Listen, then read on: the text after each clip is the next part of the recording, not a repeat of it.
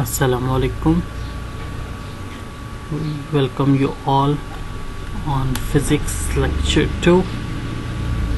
In a previous lecture we have studied about the main concepts of the physics, definition of the physics, and then we have studied about the branches of the physics and the main core domain, the physical quantities, and the two sub broad categories, that is base quantity and derived quantity.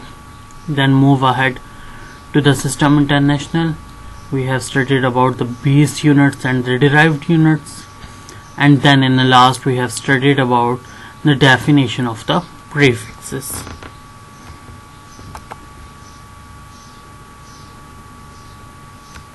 So today we have start with the prefixes and then continue our lecture. So prefixes is a word or a letter which is added before any SI unit. In the previous lecture we have studied about the main concepts of the prefixes, their symbols and their multiplexers, and they are much important for your learning purpose. As ahead, now the prefixes, some of the quantities are either very large or small. We have discussed this example that most of the values are very large in a number, बहुत बड़ी होती हैं, countable हमारे पास नहीं होती. उन values को smaller वे में रिप्रेजेंट करने के लिए हम प्रीफिक्सेस का यूज करते हैं इन अ सिंबॉलिक नोटेशंस. कैसे यूज होती हैं, किस तरह ये हमारे वैल्यूज पर इफेक्ट करता है, वो हम आज के लेक्चर में स्टडी करेंगे. सो टेबल 1.4 को अगर हम देखते हैं तो 1 किलोमीटर हमारे पास 10⁻³ मीटर्स की इक्वल होता है. यानी आपके पास किलो की value according to the prefixes that is 10⁻³ it means that कि हम 10⁻³ मीटर लिखें या 1 किलोमीटर लिखें, ये दोनों आपस में इक्वल हैं. So the most easiest way to represent और for the understanding purpose we use that 1 kilometre as centimeter for the centi 10⁻⁻². Both values are equal, but for the pronunciation concerning, the 1 centimeter is more accurate in pronunciation languages. तो इसी तरह हमारे पास kilometre, centimetre, millimetre, micrometre and nanometre, जिस तरह हमारे पास for example micrometre है. माइक्रो की वैल्यू होती है हमारे पास 10⁻⁶ मीटर. तो अब हम अगर किसी ले पर्सन को कहें दैट जी 10⁻⁶ मीटर वायर मुझे रिक्वायर्ड है, तो he is not understandable that what you said. So इससे अच्छा है कि आप उसको बता दें यार मुझे 1 माइक्रोमीटर की ये रिक्वायरमेंट है, मुझे 1 माइक्रोमीटर ये एलिमेंट की ये ऑब्जेक्ट दे दें. So that is more easy and understandable way to represent your numbers. Some multiples and submultiples of a length, however, a double prefixes are not used. For example, no prefixes is used a kilogram since it is already contain the prefixes kilo. Given example 1.3 are used in a different type. For example, अब हम लोग कुछ examples को discuss करते हैं जो कि आपके book के related है और काफी important है according to your paper point of views. So the first example, that is 200 and 000 meters per second. अब अगर देखा जाए तो अगर हम इन वैल्यूज को लें, ये 3 zeros हैं, तो अगर देखा जाए तो अब मैं अगर लिख दूं 200 मल्टीप्लाई बाय 10⁻⁵, तो क्या ये इसी वैल्यू की इक्वल नहीं हो जाएगा? यानी 200 multiply by 10⁻³ equal to metre पर सेकेंड. ये भी वो यूनिट्स एंड यूनिट्स को मैंने चेंज नहीं किया. सो अब हमारे पास जिस तरह वैल्यू है 10⁻⁵, तो हम इस 3 की जगह इस चीज को डिनोट कर सकते हैं कि हम लोगों ने इसको कैसे यूज करना है। अब हमने अभी भी स्टडी किया था 10⁻3। एक्चुअली जो 10⁻3 है वो हमारे पास किस प्रीफिक्सेस की वैल्यू यूज हो रही है, दैट इज किलो। यानी किलो, हाँ, हम लोग किलोमीटर अगर हम लोग यूज करेंगे किलो के लिए जो मेन प्रीफिक्सेस है, के की वैल्यू हमारे पास 10⁻3 है।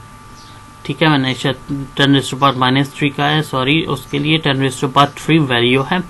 सो 10⁻3 को हम रिप्लेस कर सकते हैं प्रीफिक्सेस के से। तो अगर देखा जाए ये वैल्यू लिखी जाए, इसको बोलना भी मुश्किल है, दैट 2 5 टाइम्स जीरोस और 2 00 000। सो इस तरह कि 200 किलोमीटर पर सेकेंड अगर हम बोल दें, so that is as equal to the as value this written. Next example हम लोग लेते हैं। इसमें हमारे पास 4 8 0 0 0 0 एंड वॉट है। अगर हम लोग इसको करें तो अगर इनको हम दोबारा से 10⁻3 अगर आप लें 10⁻3, तो अब 10⁻3 लेंगे तो ये किलो वॉट बन जाएगा हमारे पास। ठीक है, एक एग्जांपल हमारे पास ये होगी।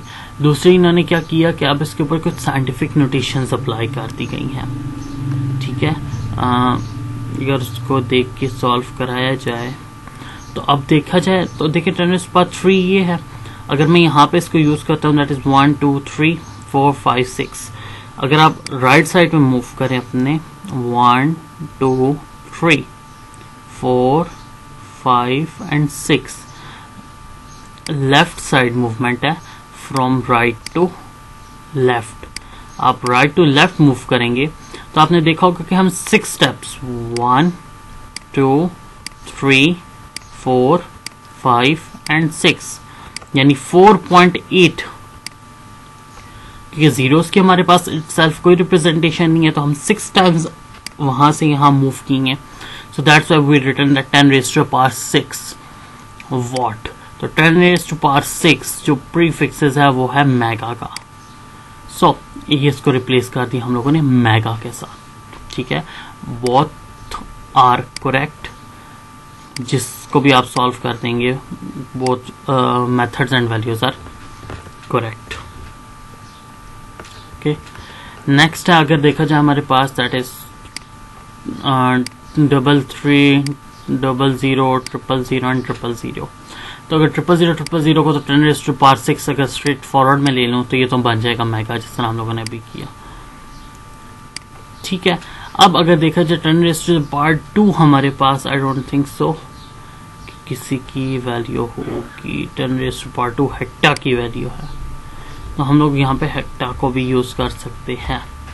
ठीक है, लेकिन ये कि उसको यूज करते हुए फिर ये वैल्यू ओ यानी हेक्टा मेगा हर्ट्ज, तो वो सिंबल को रिप्रेजेंट नहीं हो रहा, तो इन्होंने इसको 3300 मेगा हर्ट्ज पे ही कंपाइल करके सॉल्व कर दिया है।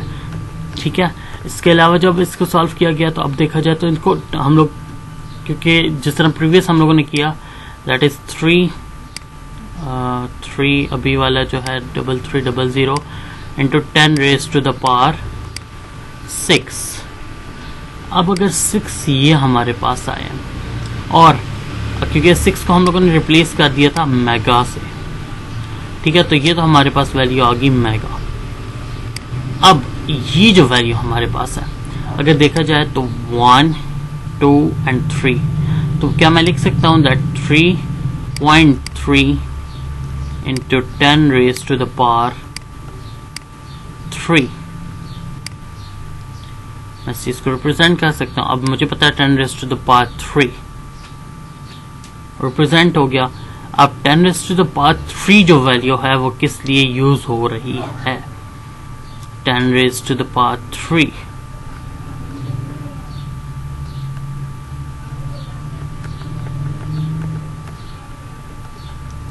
That is kilo hertz. ठीक है, तो हम लोग ने इन मेगा और किलो को इकट्ठे कर दी, यानी 10⁻6 वो थी और 10⁻3 ये है, तो 6 7 8 9 हो जाएगी वैल्यू हमारे पास। तो देखें गीगाहर्ट्ज, उन्होंने उन दोनों प्रीफिक्सेस की वैल्यू को इकट्ठे ऐड कर दिया, तो दैट इज 10⁻9। तो उन्होंने उस मेगा को स्ट्रेट फॉरवर्ड गीगाहर्ट्ज में कन्वर्ट कर दिया।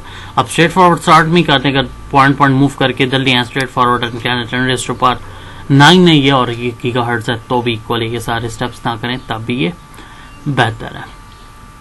नेक्स्ट है हमारे पास कि हम लोग अब कर रहे हैं 0.0002, क्योंकि पॉइंट हमारे पास लेफ्ट साइड पे है, तो हम from left to right movement करेंगे। ठीक है, 1 2 3 एंड 4, 1 2 3 एंड 4। ठीक है, मैंने इसको मूव किया 4 टाइम्स, यानी मैंने इसको वैल्यू बना दी 0.2 इंटू 10⁻⁴। लेकिन अगर देखा जाए 10⁻⁴ जो है वो हमारे पास प्रीफिक्सेस की नोटेशंस में वैल्यू नहीं मौजूद, तो हम लोगों ने ऐसी वैल्यूज को बनाना होता है जो कि हमारे प्रीफिक्सेस की नोटेशंस में मौजूद हों। तो उन वैल्यूज को मौजूद रखते हुए अगर देखा जाए तो मैं अगर 10⁻³ बनाऊं तो दैट इज मच कंपेटेबल। ठीक है, एक और बात, क्योंकि हम लोग लेफ्ट टू राइट मूव किए हैं, तो लेफ्ट टू राइट जब भी आप मूव करेंगे तो आपके जो पावर होगी उसके साथ माइनस का साइन आएगा। तो अब हम 0.2 को रिप्रेजेंट नहीं कर सकते, तो मैं इसको एक पॉइंट यहाँ से यहाँ यानी वापस यहाँ मूव करूंगा, यानी अब मेरे पास 1 2 एंड 3 मूवमेंट हुई। यानी अब अगर मैं कहूं कि मेरे पास अब वैल्यू आ गई है,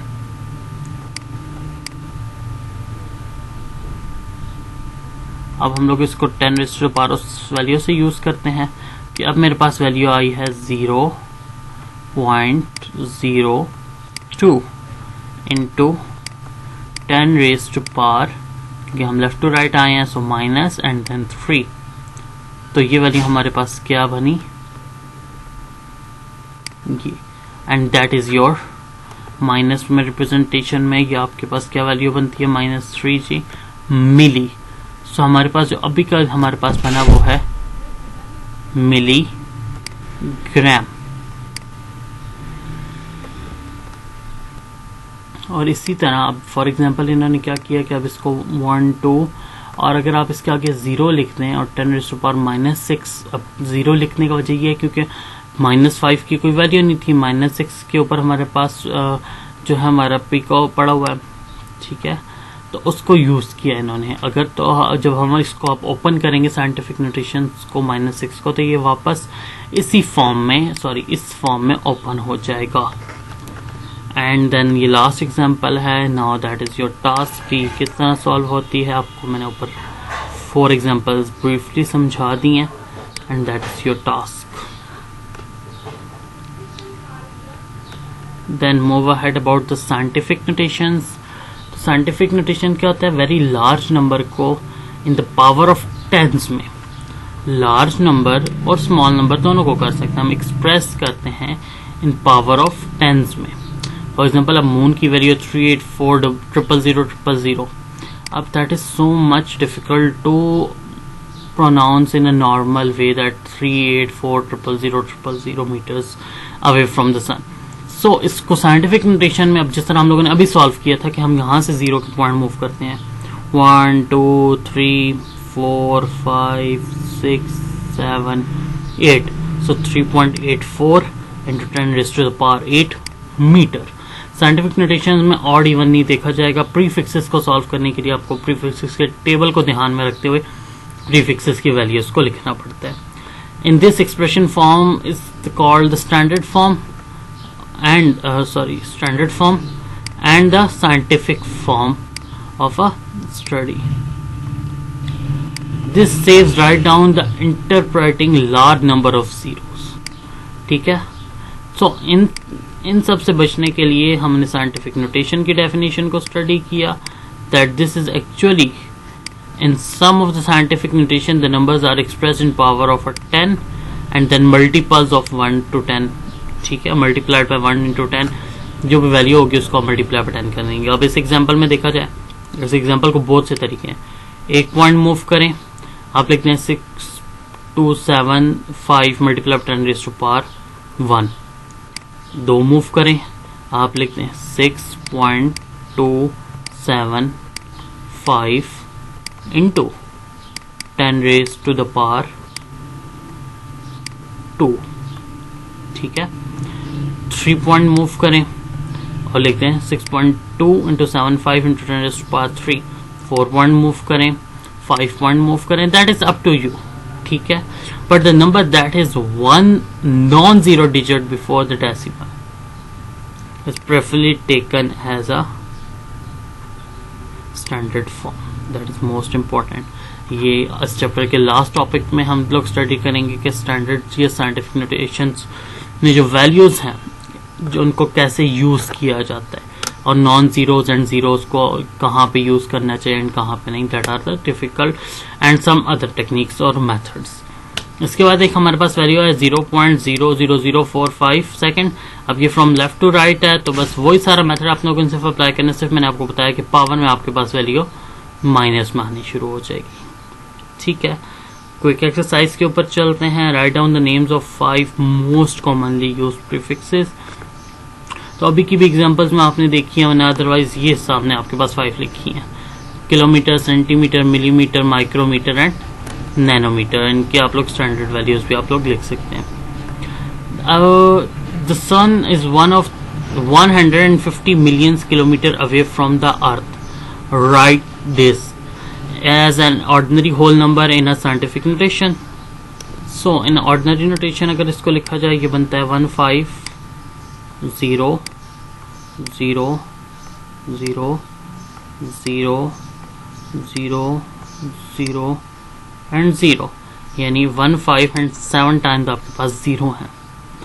अब और ये हमारे पास फिर आपकी जो वैल्यू है ये हमारे पास आती है किलोमीटर्स में। अब किलो का मतलब है that is 10 raised to the power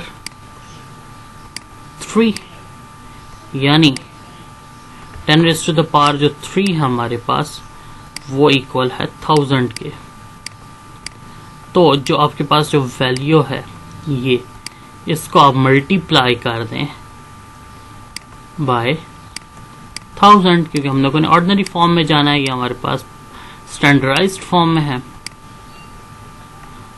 1000 में जब आप मल्टीप्लाई करेंगे इसको तो आपके पास 1500000000 एंड 0, यानी 3 3 6 7 8 और 9 जीरोज, सॉरी 10 जीरोज आपके पास आ रहे हैं। So that is your ordinary notation of your given question. Now in a scientific form, अब आप इसको पॉइंट्स को मूव करें 1 2 3 4 5 6 7 8 9 और ये 10 और ये 11, तो straightforward 1.5 into 10 raised to power -11 metre. Next है आपके पास, इनको अपने साइंटिफिक फॉर्म में लिखना है, तो अगर यहाँ पे इसको मूव करें 1 2 3 4 5 6 7 8 और 9, तो ये हो जाएगा 3 multiply by 10 raised to power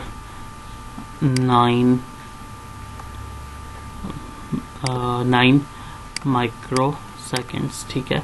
ये थोड़ा क्लियर नहीं है, सो 9 आपके पास यहाँ पे वैल्यू आएगी, ठीक है। इस तरह आप इसको भी सॉल्व कर लें।